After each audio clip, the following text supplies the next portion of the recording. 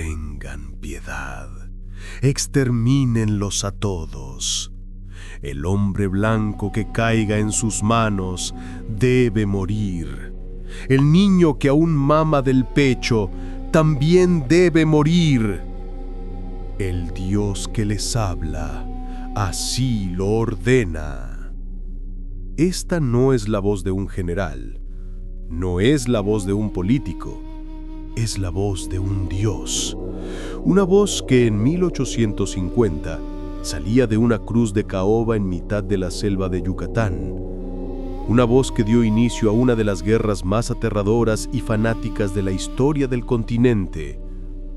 Pero esa cruz guardaba un secreto tan brillante como aterrador, porque la cruz que pedía sangre no era un milagro, era un fraude.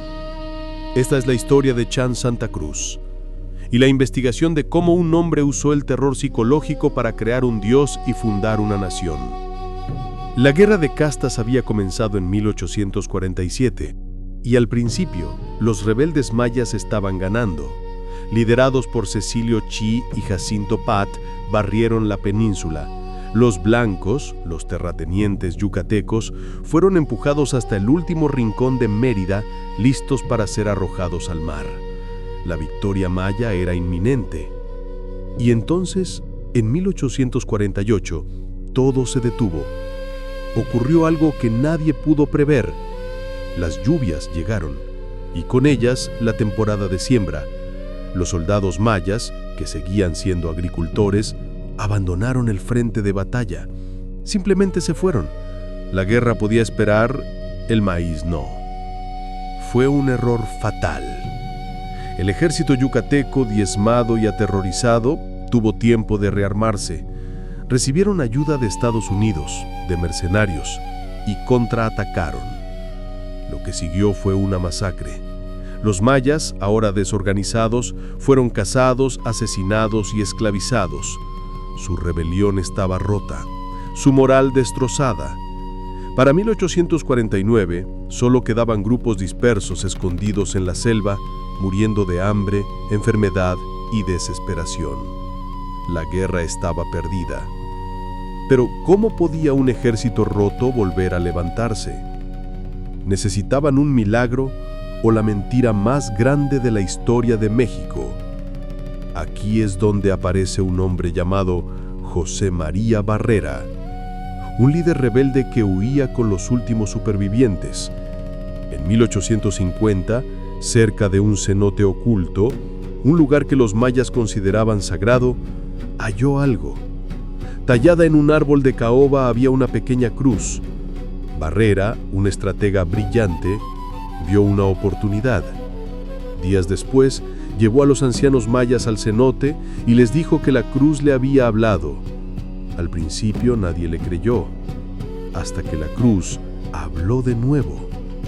Una noche frente a todos, una voz profunda y gutural emanó del árbol. Hablaba en perfecto maya. Se identificó como la Santísima Trinidad. Les dijo que ellos eran el pueblo elegido, que la guerra no había terminado, que este cenote era el nuevo Sinaí. Les dio un nombre: los Cruzoob, el pueblo de la cruz. El efecto fue instantáneo. La desesperación se transformó en fervor divino, el miedo en furia divina. La noticia voló por la selva. Miles de mayas dispersos viajaron a ver a su nuevo dios, un dios que vivía en un árbol y hablaba con ellos. Fundaron una nueva capital alrededor del árbol y el cenote, Chan Santa Cruzov, la pequeña cruz sagrada. Una ciudad-estado teocrática, militarizada e independiente que ni el gobierno mexicano ni el yucateco podrían tocar durante más de 50 años. Pero una cruz no habla. ¿O sí? La respuesta es más aterradora que el propio milagro. El ejército yucateco, al enterarse, envió expediciones para destruir el ídolo. Pero los Cruzó peleaban con una ferocidad que nadie entendía. No le temían a las balas. ¿Cómo temerle a un hombre cuando tienes a Dios de tu lado? Los soldados del gobierno eran masacrados, y los pocos que sobrevivían regresaban a Mérida con historias de pesadillas. Hablaban de un ejército fantasma guiado por una voz demoníaca que salía de los árboles. El terror psicológico era total. Pero los líderes de Chan Santa Cruz sabían que no podían depender solo de un árbol. Necesitaban que el Dios fuera móvil. Construyeron un templo. La cruz de caoba fue cosechada y vestida con ropas indígenas. Pero ahora, ¿cómo mantendrían la ilusión? El cenote sagrado donde Barrera encontró la cruz no fue una casualidad, era una cueva. Y las cuevas tienen eco, tienen acústica. Los historiadores creen que Barrera, en las primeras apariciones, simplemente usó a un hombre escondido en la oscuridad de la cueva para proyectar la voz hacia la cruz. Pero el verdadero genio detrás de la voz tenía nombre: Manuel Nahuat.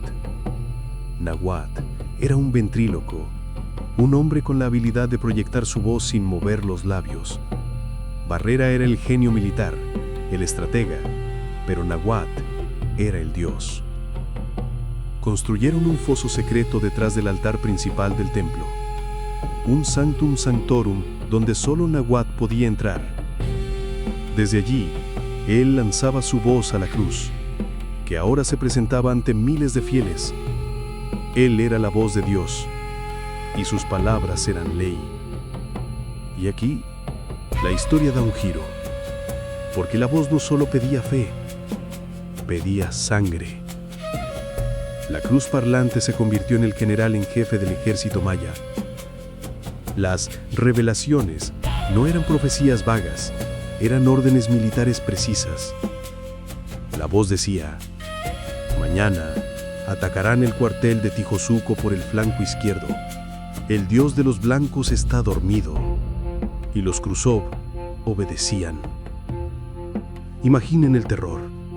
Ser un soldado yucateco, escondido en una trinchera, y escuchar que el enemigo no carga gritando por un general, sino rezando las órdenes que un ídolo de madera les acababa de dar. La voz les decía dónde estaban las trampas, cuántos soldados había, a quién capturar y a quién ejecutar. ¿Cómo sabía la cruz tantos detalles militares? Porque José María Barrera tenía la red de espías más brillante de la península. Sus hombres y mujeres se infiltraban en los pueblos, escuchaban los planes del ejército, contaban los suministros y regresaban a Chan Santa Cruz.